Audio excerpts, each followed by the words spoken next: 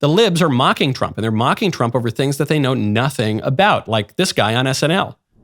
Trump did have a slight stumble this week while talking about banks, and he introduced an interesting new term called debank. We're also going to place strong protections to stop banks and regulators from trying to debank you. They want to debank you, and we're going to debank. I don't know what the hell debank means, but he might have to take D-ambulance to see the doctor. This guy doesn't know what debank means because liberals have never had to deal with it. And because he doesn't read the news, and because the news he does read doesn't tell him what's actually going on in politics, and because he didn't even Google it and he didn't even read the Wikipedia page about debanking. This is not, Trump sometimes makes up words like covfefe, but this is not a word he made up. This is a real phenomenon. And it's when liberals wield their institutional political power, not necessarily in the government, but in the supposedly private sector that makes up all the rest of our life. And they wield their soft power in those areas to deprive people of their bank accounts. That's what they do. And it's happened a lot. You especially see this in the United Kingdom. Trump, or rather Nigel Farage, who's the British Trump, Nigel Farage, leader of Brexit, he had his bank taken away from him, ostensibly for political reasons. Stuart Campbell, who's a Scottish independence activist, he had his bank taken away, and the reason appears to be because he criticized wokeness and specifically Anglican vicar Reverend Richard Fothergill. He got his bank taken away. Why? It appears to be over the too. And you could be next. These libs have never heard of this because they don't have to deal with it. There's no risk that the conservatives who control the banks are going to take away their checking accounts. That's never going to happen. There's no such thing. There's zero risk. And they don't read any of the news and the fake news media that constitute the New York Times and the Washington Post and NBC and ABC and all of the outlets that they read. They just don't report on this stuff because it's unflattering. Amazing. Now, not one writer at one of the biggest shows at one of the big TV networks had ever even heard of a major political tactic wielded by the liberals against the conservatives. 69% of voters side with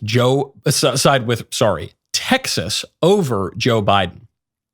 This, according to a new poll from Rasmussen, only 27% of voters oppose Texas taking action to prevent illegal immigration.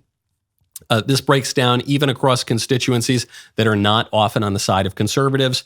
Black voters overwhelmingly vote Democrat, and yet, according to this poll, 51% of black voters side with Texas, only 32% of black voters disagree. 2/3 of independents side with Texas, only 29% disagree.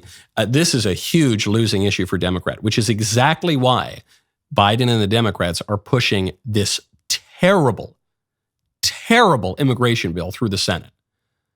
Right now, you may have heard about it. It's percolating in the background. A bipartisan committee of civic-minded Republicans and Democrats are getting together to pass a stinking garbage heap of an immigration bill through the Senate. And the only reason it's coming up is because this issue has gotten so bad for Democrats among groups that they need to win to maintain their power that they're trying to hang their hat on anything. I've said from the beginning, the bill is terrible. The first reason that this bill is terrible is because the Democrats are currently in violation of the law. It's not as though there's no law to deal with these migrants. Oh, we've never seen anything like this. We need to get together and find a solution. There are many, many immigration laws on the books that the Democrats are intentionally not enforcing. And when the states are enforcing them, Joe Biden and the federal government come in and stop the states from enforcing them. So there can be no negotiation with the Democrats here. The Democrats are proving themselves every second of every day to not be negotiating in good faith. Why should I pass some new law about immigration when I know for a fact today Democrats are not enforcing the current law on immigration? I should have absolutely no trust that the Democrats will enforce anything. They'll take the goodies that we give them.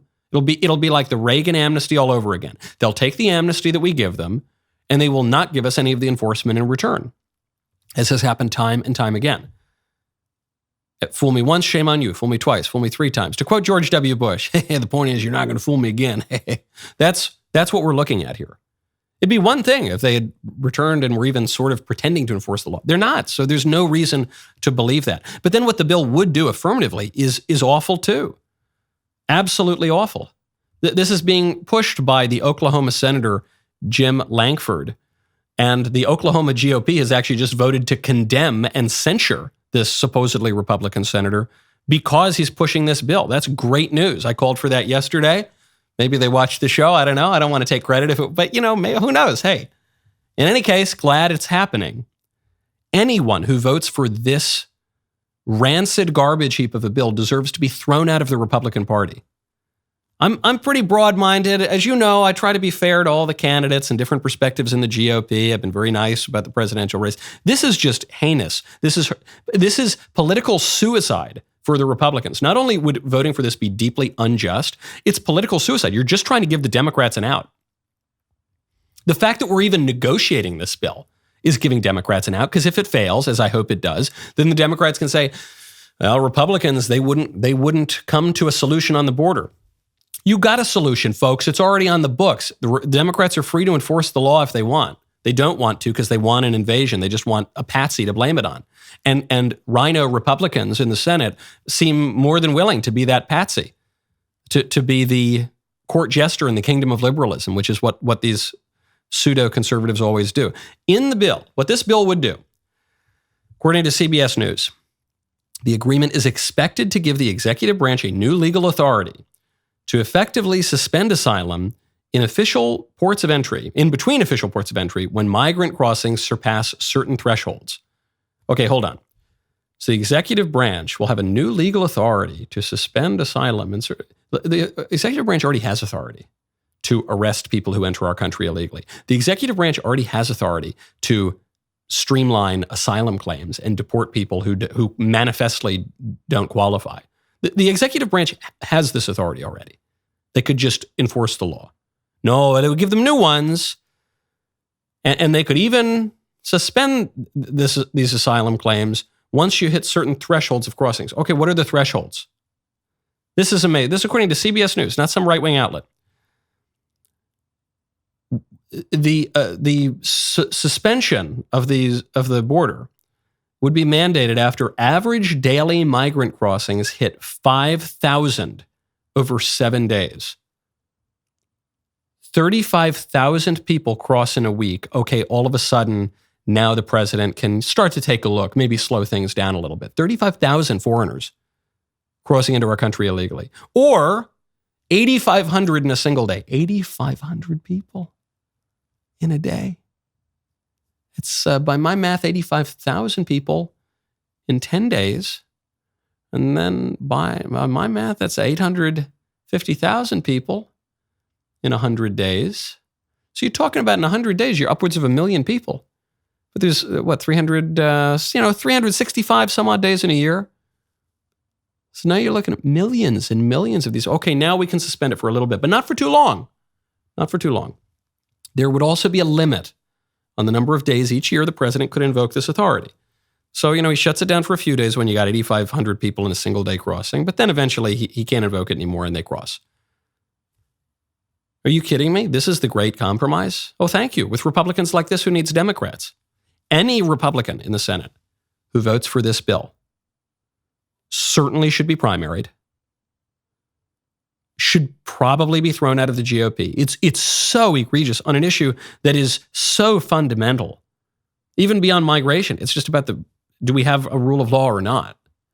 And on an issue that is such a political winner for the current Republican position, I can't, unless these people just want to lose. They want to get rid of our borders, flood our country, and just lose anything resembling conservative governance. I have no idea what they are thinking. Man, what a great clip that was. Now, hold up, ring that bell, subscribe to the Michael Knowles YouTube channel, and we will see you next time.